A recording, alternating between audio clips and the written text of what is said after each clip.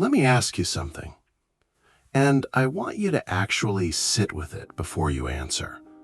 How long have you been waiting to become the person you know you could be? Not wishing, not planning, waiting. Maybe it's been a year, maybe longer. And somewhere along the way, you started to wonder if the problem was you. If the reason nothing has changed is because something is fundamentally broken inside of you. If you're just lazy, undisciplined, not built for the kind of life you keep imagining. I want to tell you something, and I need you to hear this not as encouragement, because encouragement is cheap, but as truth. That story is wrong. Not wrong the way a motivational speaker tells you it's wrong, with a fist in the air and a promise that your best life is 45 days away. Wrong in a quieter, more important way. You aren't stuck because you lack willpower. You're stuck because you've been trying to change your life without changing who you believe you are at the center of it. And those are two completely different problems. Today, we're going to talk about the real reason transformation feels so hard. Not to fix you, because you don't need fixing, but to help you see yourself more clearly. And sometimes, that alone is enough to change everything. Part 1. The illusion of laziness. Here's what nobody says out loud. Most people who feel lazy aren't lazy at all. They are exhausted. They are people who have been working hard, sometimes invisibly hard, carrying weights that other people can't see. They're people whose nervous systems have learned through years of experience that effort and disappointment tend to arrive together. Laziness, as we usually define it, is rarely about character. It's almost always a signal. The body slowing down when the mind doesn't feel safe moving forward. A protection, not a flaw. Think about what actually happens when you try to change. You decide, really decide, that this time is different. You feel that surge of clarity in your chest. You make the plan. You take the first step. And then, somewhere between the decision and the doing, something pulls you back. The couch, the phone, the old habits that feel like old friends, even when you know they aren't good for you. We call that laziness. But what if it's something else? What if it's a part of you that doesn't yet believe the change is real? Because here's what's true about human beings. We don't just act from our conscious intentions, we act from something much deeper. The patterns we absorbed before we had words for them, the beliefs about ourselves that formed in the background quietly while we were busy just trying to survive, childhood, school, relationships, life. Most of us are walking around with an internal blueprint we never chose. And no amount of motivation can override a blueprint. Part 2. The hidden patterns. Imagine a river. Over centuries, it carves a path through stone. The channel gets deeper and deeper until the water has no choice but to follow the same route, not because the water wants to go that way, but because that's simply where the path is. Our unconscious habits are like that. They're not weaknesses, they're just channels cut so deep that our behavior flows through them without us noticing. We're downstream from decisions we made or that were made for us long ago. This is why discipline alone can't carry you. Discipline is pressure, but pressure follows the path of least resistance, and the path of least resistance is always the old channel. So what actually changes the path? Awareness. The slow, uncomfortable, often humbling work of becoming conscious of what you've been doing unconsciously. This isn't about digging up trauma or spending years in analysis. It's about learning to notice, to pause before the old pattern runs, to ask, who decided this? Is this actually mine? Because many of the beliefs that hold us back weren't born in us. They were handed to us, and we've been living inside them so long we've mistaken them for truth. Part 3. Maya's story. There's a woman I want you to meet. Her name is Maya. Maya was by every external measure doing fine. Good job, decent apartment, a life that looked reasonable from the outside. But inside, and she'd never said this out loud to anyone, she felt like a performance.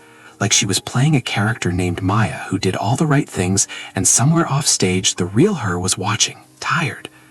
She tried everything, The morning routines, the journals, the apps. Every January, a new system. Every March, back to default.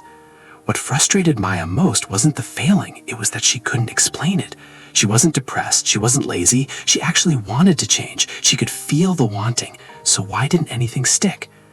One evening, she was sitting with that cold cup of coffee, and she let herself do something she rarely allowed. She got quiet, and she asked herself a question she'd been avoiding. What do I actually believe about myself? Not what she hoped, not what she told people, what she believed in the quiet underneath the noise. And the answer that came up surprised her with its clarity. I don't believe I'm someone who actually changes. She'd been trying to build new habits inside an identity that didn't have room for them. It was like planting seeds in concrete and wondering why nothing grew. Maya didn't need another system. She needed to look at the concrete. She started small, not with action, but with attention. She began noticing when she said things like, "That's just how I am," or "I've always been this way." She noticed how often she dismissed her own potential before anyone else had the chance to. She started asking, what if that's not true? Not pretending it wasn't true, not forcing herself to believe the opposite, just leaving the door open, creating a small crack of uncertainty in a belief she treated like a wall. And slowly, not dramatically, not in a single revelatory moment, the light started coming through. Part 4. Identity before habits.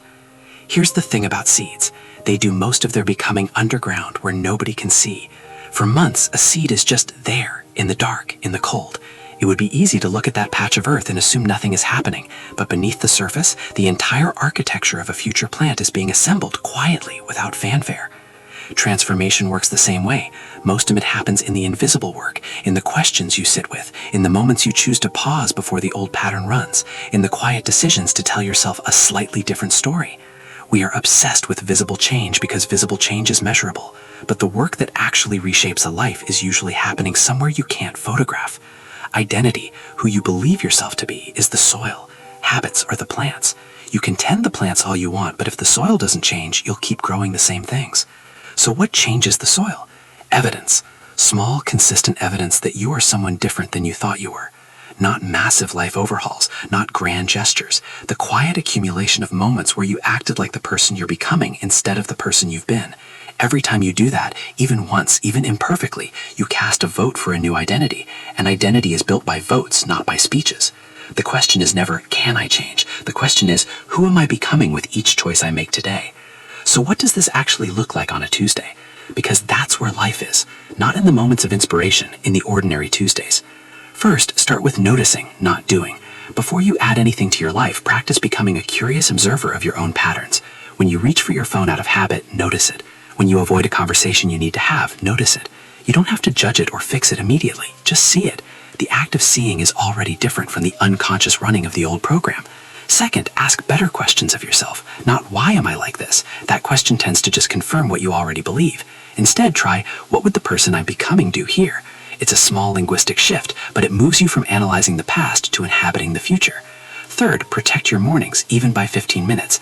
Not for productivity, for orientation. A few minutes of silence, of writing, of intentional thought before the world's noise gets in. This is how you remind yourself, daily, who you're choosing to become. The world will pull you toward default. You need a ritual that pulls you back toward intention. Fourth, let the hard feelings be information, not obstruction. When resistance shows up, and it will, try to get curious about it instead of fighting it. What is it protecting? What does it believe?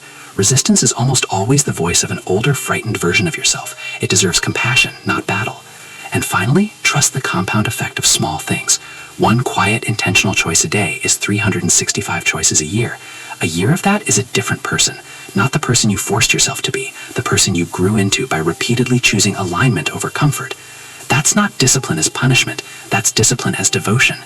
Maya didn't become a different person. That's not what happened. She didn't wake up one day as someone unrecognizable. She became more herself, more the version of herself that had always been there, quiet, underneath the noise of what she'd been told she was, what she'd survived, what she'd convinced herself was true. That's what real transformation feels like, not like becoming someone new, like remembering who you were before the world taught you to be someone smaller. There's a season for everything. Winter isn't a failure of the earth. It's the earth doing invisible, essential work. And if you feel like you've been in a long winter, I want you to know something. Seeds don't fail in the dark, they prepare. You are not behind. You are not broken. You are not lazy. You are someone in the middle of becoming, which is one of the most difficult and most sacred things a human being can do. The change you're looking for isn't somewhere ahead of you, waiting to begin. It's in this moment, in the question you're willing to ask yourself tonight, in the old story you're willing to hold a little more lightly. You don't have to overhaul your life. You just have to be willing to see it more clearly. And then, slowly, imperfectly, beautifully, begin. This is the Becoming Project, and you are already on your way.